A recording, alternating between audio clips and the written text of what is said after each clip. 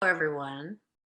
Welcome to Communication in a Time of Social Distancing with Dr. Susan and Peter Glaser, Part 2. Today, our topic is virtual meetings. Now, you will always be able to be a more effective participant and make a meeting run better if you use the micro communication skills we talked about yesterday for resolving differences in viewpoint and solving outright disagreements. But today's focus is more macro, on a set of tested steps you can use to design a meeting in such a way that you maintain everyone's focus, that you ensure equal participation all around the table, and that you end up with a good decision arrived at efficiently. Once again, I'll be in the Q&A role. So if you've come in with questions, you can start putting them in the Q&A block right now and keep them coming throughout. We'll take all that we have time for at the end.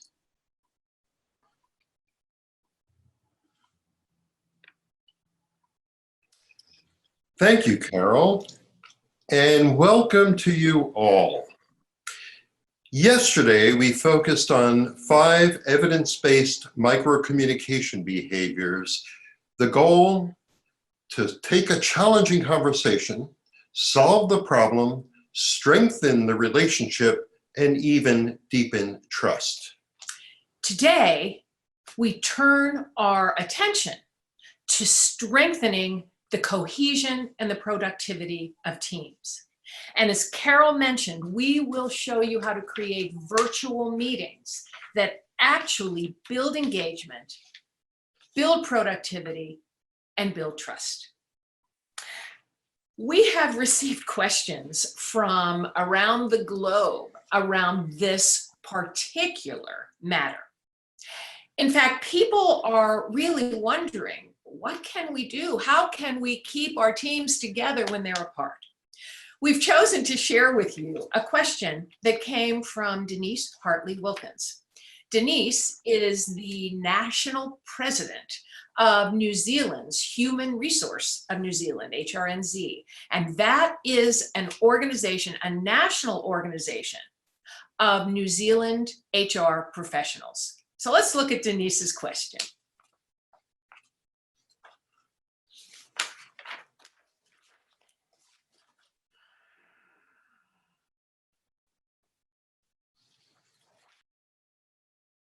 Kia ora, Susan and Peter.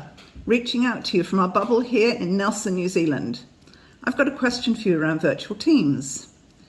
Many members in our professional association will have limited or little experience of managing remote or virtual teams. A concern may be that their people will become less productive or less engaged during this new virtual period. What advice would you give them, please? Oh, thank you, Denise. And we thought it'd be useful to reframe this question and ask instead, how can our teams become more cohesive, more productive, and more engaged during this new COVID-induced virtual period? Because asking the question this way allows us to move beyond how do we survive this and really pose the question, how can we use this COVID-induced moment in time to create stronger, more resilient teams? So for those of you who have been in our Hardwiring Teamwork program, you will undoubtedly remember that we offer research-based approaches to how to have meetings that are engaging, productive, and short. And in this time of social distancing, we have reworked our recommendations for the virtual remote world.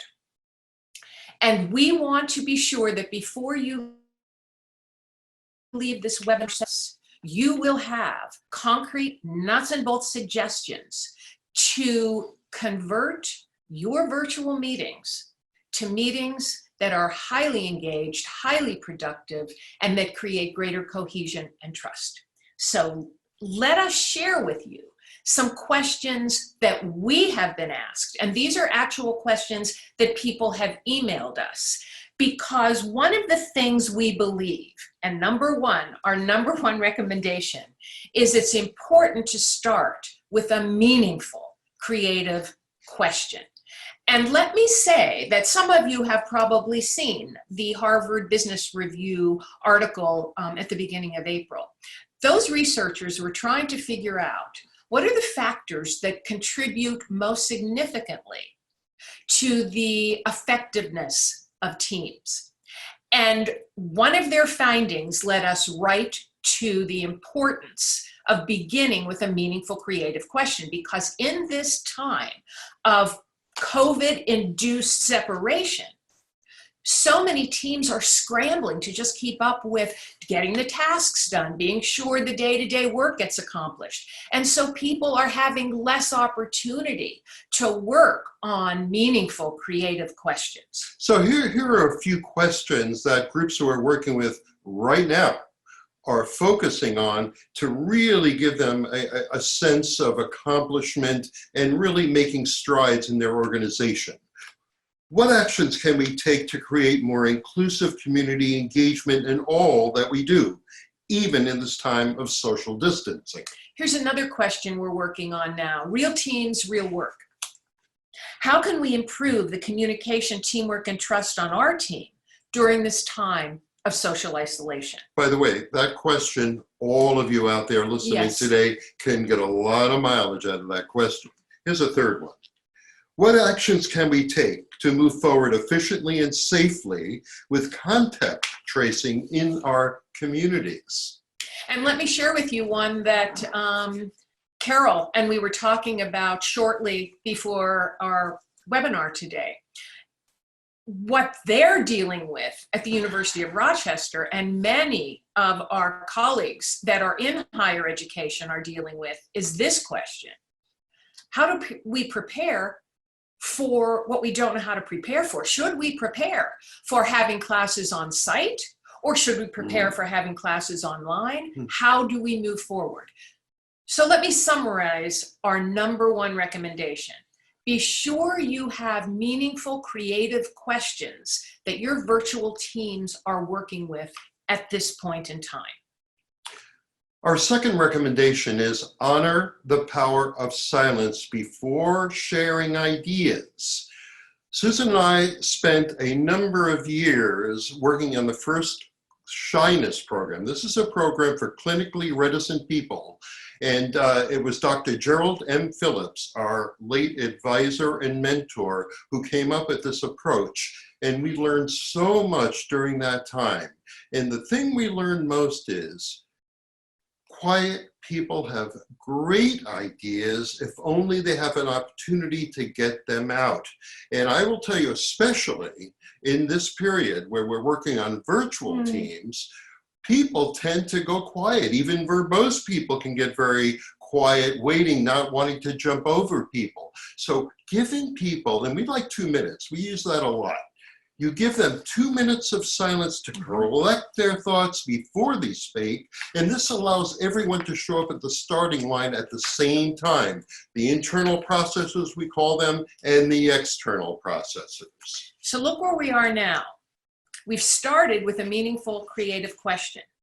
Then we don't just say, okay, what are your thoughts? We give every person time in silence to collect their thoughts, to jot them down. Now the question before us, what's the best way to virtually collect all of those ideas? That is our third recommendation. Create a queue of names to guide orderly discussion.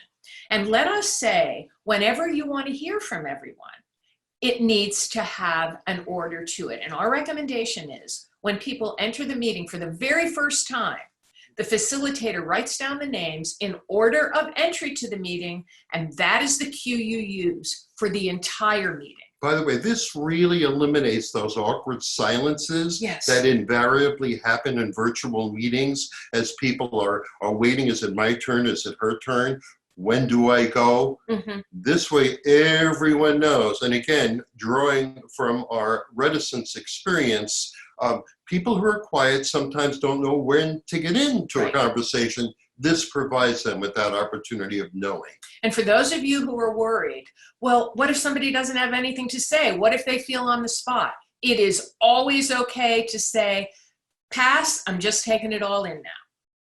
By the way, so in a virtual meeting, where do you store these ideas? Oh, that's really important. So now you have a queue of names and trying to create an orderly discussion of where people are and what they're recommending. Where do we store these names, these ideas? We recommend our fourth suggestion, create a virtual group memory. Now, let me say a few words about what we mean by this. If you were in an on-site meeting and everyone was together, a virtual memory would be kind of like a flip chart. Go around, one person at a time, enter the items there. On virtual teams, we found it is easy to do that with either Zoom Whiteboard or sharing a Microsoft Word document. It is very important that there is a place to store all the ideas that people want to contribute to the group discussion. So create a virtual group memory. So now, how do you have an energized discussion and reach agreement in a virtual meeting and still hear from everyone in record time? So here are some of our recommendations for creating a focused virtual discussion. We recommend using our press model. This press model is a powerhouse. It stands for point, reason, example, summary. So before the discussion actually gets rolling, you ask people to gather together what they're going to advocate on behalf of based on this discussion, and you give them 2 minutes to collect their thoughts. And then again, going around the queue, each person gets a chance to say, my point is this, the reason I feel that way is this. Here is an example of what I mean. So in summary, this is why I feel that way. And by the way, give special attention to the example. It's the example that gives soul to your press model. It's the example that shows us how this idea, this point that you're presenting really comes to life. Yes. And so you get everybody involved using that press model. And here's a way, we've been talking a lot about keeping your meetings short. Here it comes. People have 45 seconds to present their press model. And you might be thinking, 45 seconds to do all 4 parts, including a really good example. And I will share with you that our clients learn to do this extremely well, and it really moves the meeting along. We got a call recently from 2 of our clients. Microsoft was one, and the other was a steel manufacturing plant in China. Both of them said the same thing. Their 2-minute meetings are now scheduled, There 60-minute meetings are now scheduled for 30 minutes, and they're getting more done. So we know this can really work well, give you a great discussion, and really keep it brief. So when you're thinking about how to conduct a focused virtual discussion that involves everybody and that also is brief, really consider using our press system. I want to say one more word about this. This approach is very good for the very quiet people, because suddenly there's a method to the madness. There's a method for how to have a good discussion. And it allows them to collect their thinking in a very focused way. It's also good for the people who are external processors, because it really gives them a focus so that they don't go on. We think of external processors, they think out loud, and sometimes may go on for a while and then change their mind at the end of their statement. This keeps them focused and brief. So we are going to recommend that when you're conducting your virtual discussions, you use the press, point, reason, example, summary, and you create a habit, a system, a practice around 45 seconds. So let's talk about our sixth recommendation. Invite low-frequency contributors into the conversation. Now, we promise you this. If you use the recommendations we've made so far, you have a queue of names. Everybody has 2 minutes to gather their thoughts. You take those names in order. You will have more participation. But still, there are people who get quieter. It's their mode. And it is useful for everyone, including the quiet people, to know everyone's voice matters. And if you don't get the voices of everyone, that's when you really run into problems. I know you've all been in meetings where everyone's having a lively discussion and you don't make a peep, you begin to lose energy. You begin to fade away. So you want everybody participating, because the other problem is the people who don't participate, the people who feel that they weren't a vital part of the discussion, when that meeting ends, they're usually the first ones who will say, I don't think so. I don't know. I don't think that decision's going to work, but nobody cared what I thought, so whatever. To avoid that, you just make sure and invite everyone into the discussion. So what's next?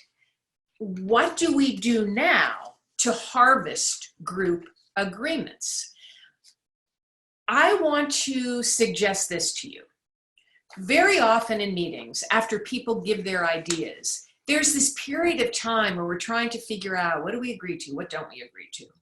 We're going to recommend right now that you ask a question at this point, an unusual question and a crucial one. And the question is, what do we agree to already? When you focus on agreement, you give birth to it. So here's the psychology behind that, and it's really sound. What you look for is what you find.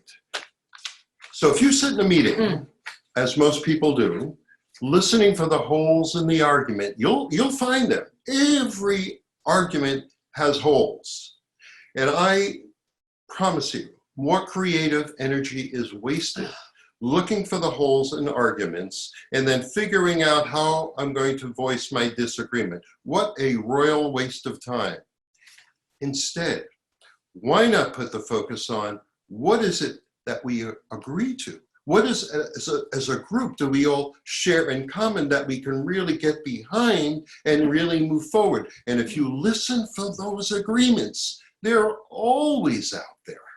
And in this time of COVID-forced separation, there's almost nothing more important than your teams being able to gather around the question, what do we agree to already?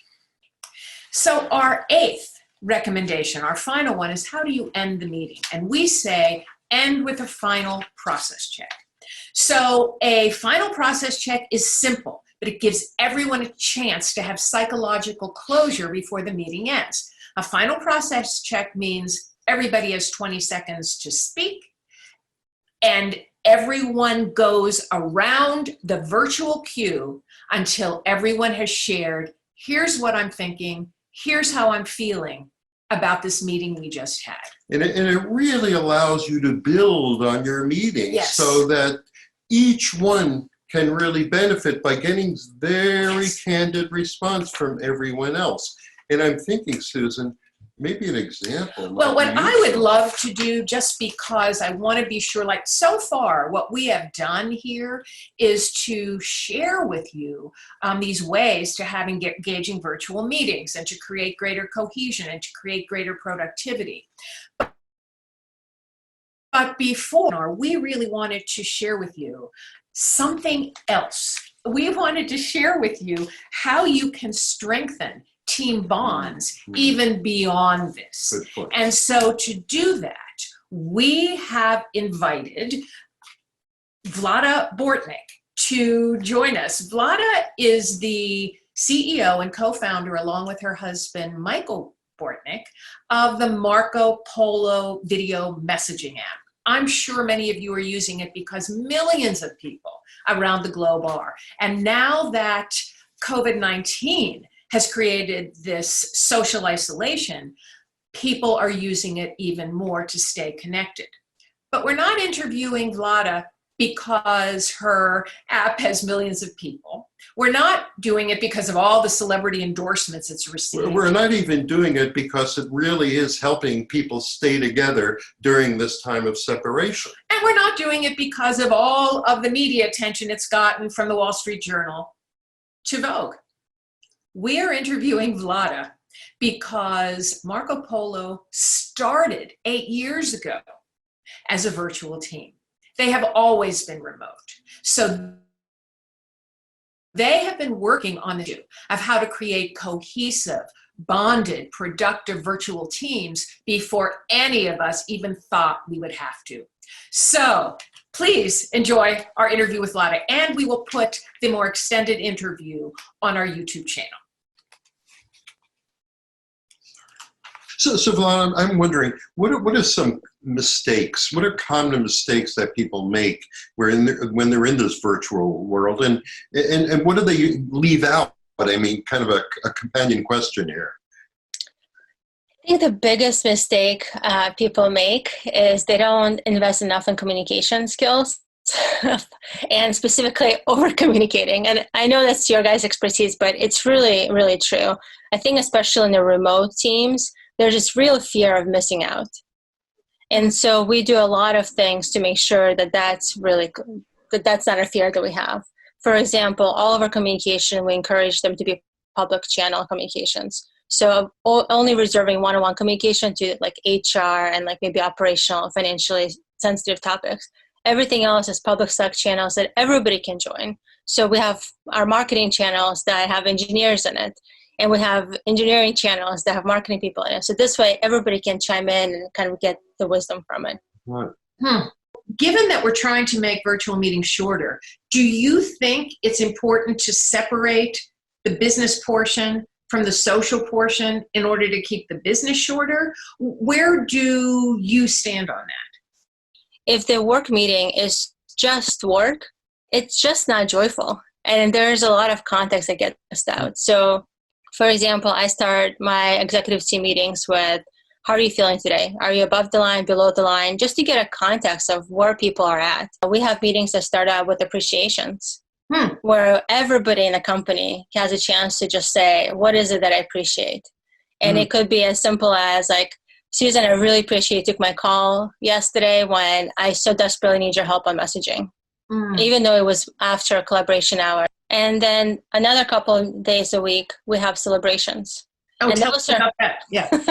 And those are small, could be smaller things. And it's everything from like, I scored paper towels because we were out of paper towels for a long time. I couldn't find them anywhere, and I finally got paper towels. So that was my celebration to the team. So Vlada, in the short time we have left for this interview, is there anything you can think of that we haven't covered yet that could really help this group understand and be able to work more effectively with virtual teams?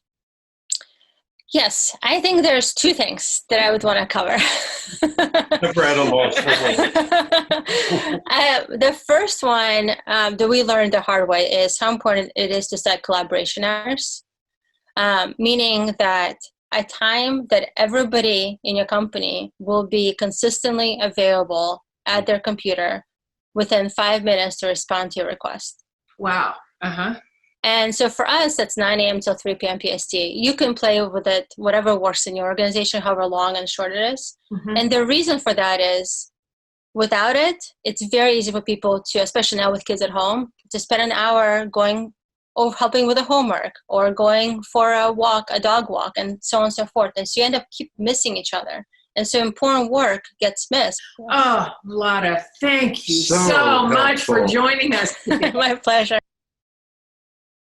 So let us share our takeaways from Vlada's Marco Polo experiences.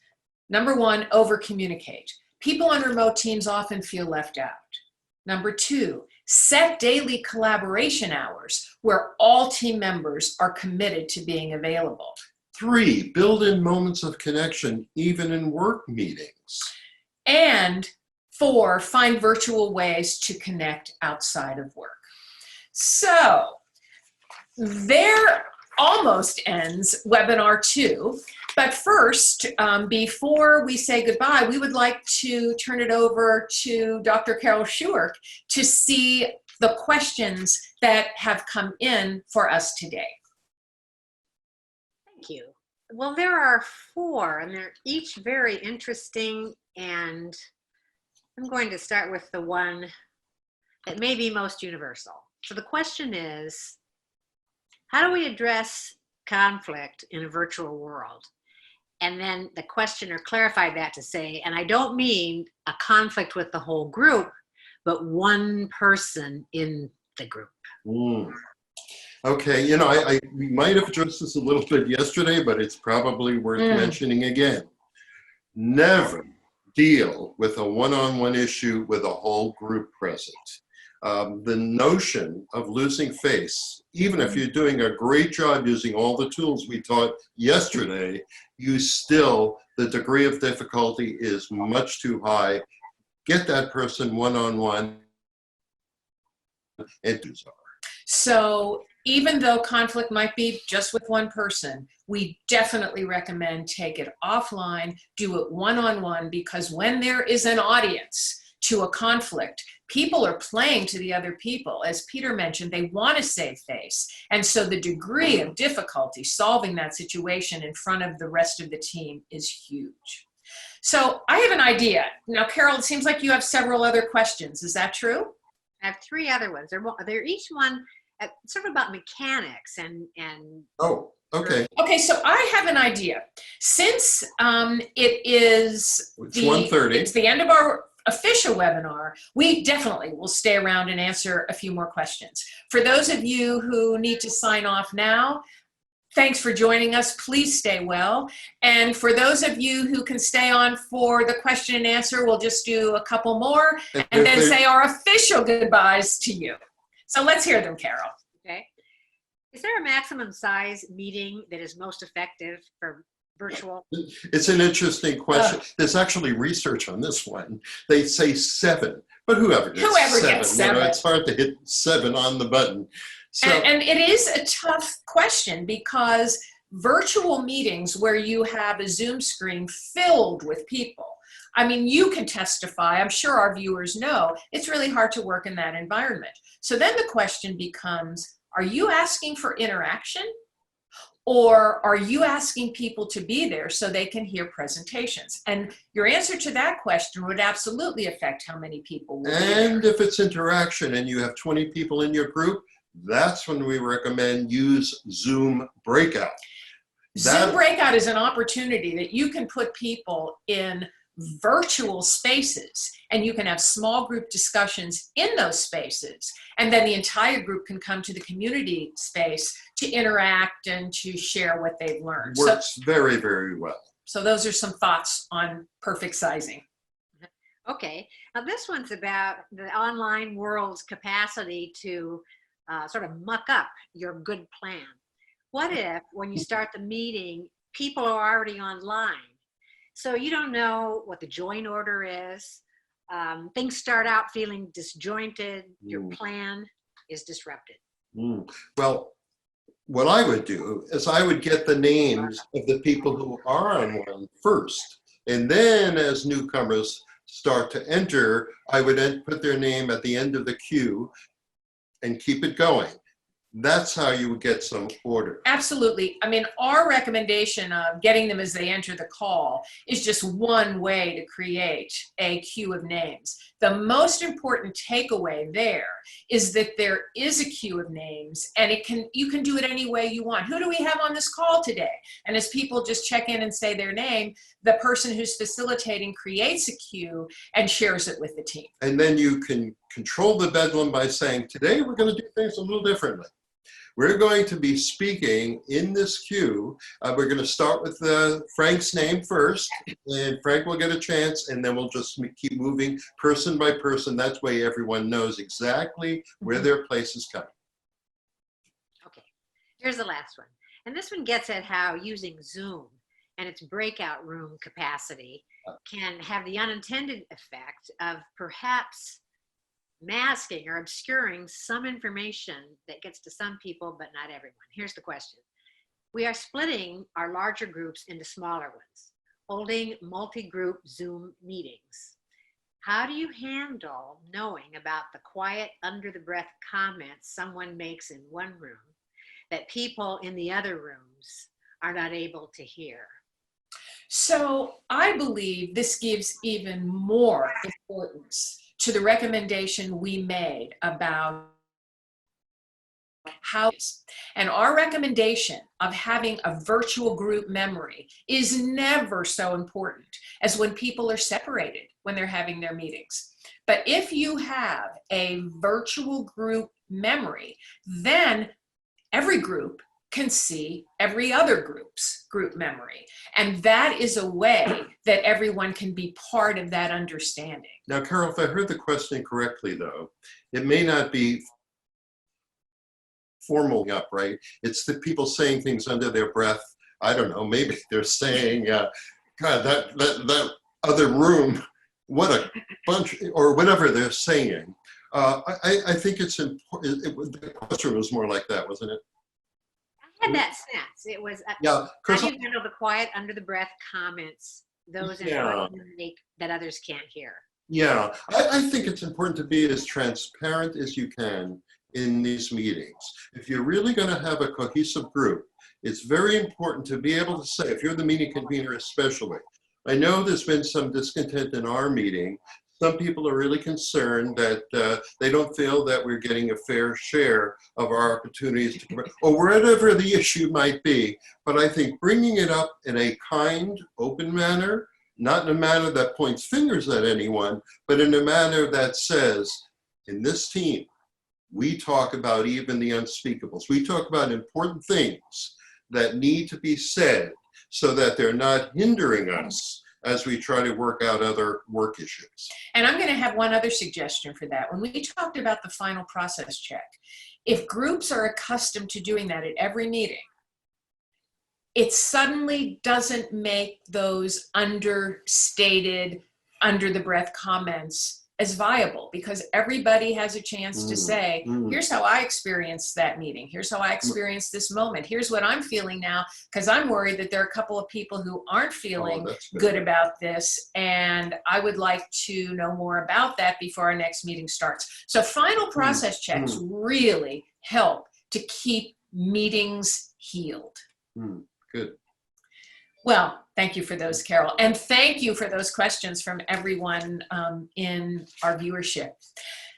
Well, we have so enjoyed these 2 live webinars with you. We thank you for making time. We have been just overfilled with joy. Our hearts are happy with how many people have joined us and how many of you have stayed on till the very end of both webinars. And please use these things that we're recommending. They really do work. And the way you know they work is you try them. And the sooner you use them, the sooner they become yours. If you don't lose them, you've heard the expression, you lose them. And I do want to leave you with this thought. Even in this time of social isolation and quarantine and distancing from other people, we can all use that as a moment to say, I've been wanting to improve my relationships with people for a long time. I have some ideas of how to do it now, and my commitment is to make it happy. My commitment is to make it happen. Or to be able to say, we've been wanting to make our team stronger. We could be more productive. And now is the time we're going to focus on that. We're not going to just tread water. We're not going to just try to survive. We will use this time to be greater. Well, Dr. Carol Schuerk, thank you for hosting this. It was wonderful to have you in that spot. And for our producers, Monica and Brianna, thank you for your absolutely elegant work. And thank you all. Please stay healthy, Stay be well, safe. and please keep in touch. We really want to know how you use this, how your experiences are. And there are many ways we can stay connected: social media, email. So please do stay in touch. Take good care.